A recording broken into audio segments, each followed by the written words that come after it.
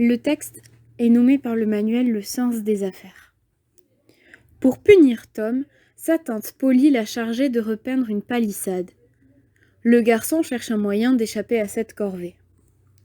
Ben s'approcha de lui. À le voir grignoter sa pomme, Tom sentit l'eau lui venir à la bouche.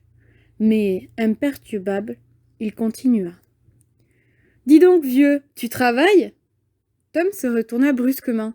« Ah, c'est toi, je t'avais pas vu. »« Oui, nous allons nous baigner. Tu ne viens pas ?»« Non, tu aimes mieux travailler, je vois ça. » Tom dévisagea l'autre un instant et dit. « Qu'est-ce que tu appelles travailler ?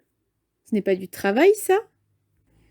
Tom donna un coup de pinceau et négligemment répondit.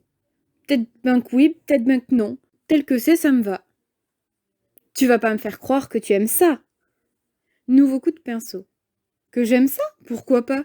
On n'a pas tous les jours la chance de badigeonner une clôture. » La question se présentait sous un nouvel aspect. Ben cessa de mordiller sa pomme.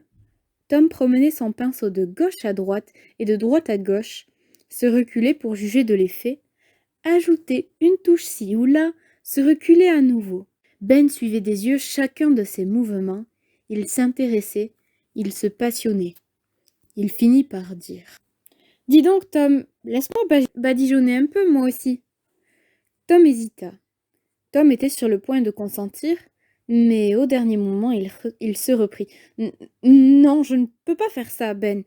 Vois-tu, tante Polly a des idées très arrêtées à propos de cette clôture. Surtout de ce côté-ci, sur la rue. Si c'était du côté du jardin, je ne dirais pas non, et ça lui serait égal à elle aussi. Mais elle est très exigeante. Il faut que ça soit bien fait. Il n'y en a peut-être pas un d'entre nous sur 1000.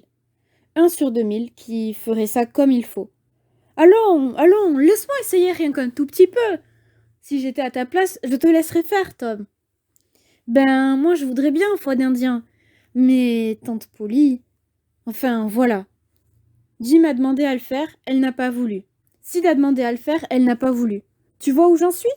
Si tu te mets à badigeonner la clôture, suppose qu'il arrive quelque chose. Je serai dans de jolis draps. Sois tranquille, je saurai m'y prendre. Laisse-moi essayer. Tiens, je te donnerai la moitié de ma pomme. Eh bien, voilà. Après tout, non. Ben, j'ai peur que... Je te donnerai tout ce qu'il me reste de ma pomme. Tom abandonna son pinceau comme à contre-cœur. Il était ravi du succès de sa manœuvre. Et tandis que l'ex-grand Missouri peinait et transpirait au soleil, l'artiste en retraite, assis à l'ombre sur un tonneau, les jambes ballantes, grignotait sa pomme tout en méditant le massacre d'autres innocents. Les victimes ne manquaient pas. Tour à tour, elles se présentaient, d'abord dans l'intention de se divertir, puis elles restaient pour badigeonner. Avant que Ben en eût assez, Tom avait négocié sa succession en faveur de Billy Fisher, moyennant un cerf-volant en bon état de réparation. Après Billy Fisher, Johnny Miller se fait adjuger la place moyennant un rat mort et la ficelle qui servait à le traîner, et ainsi de suite, les uns après les autres.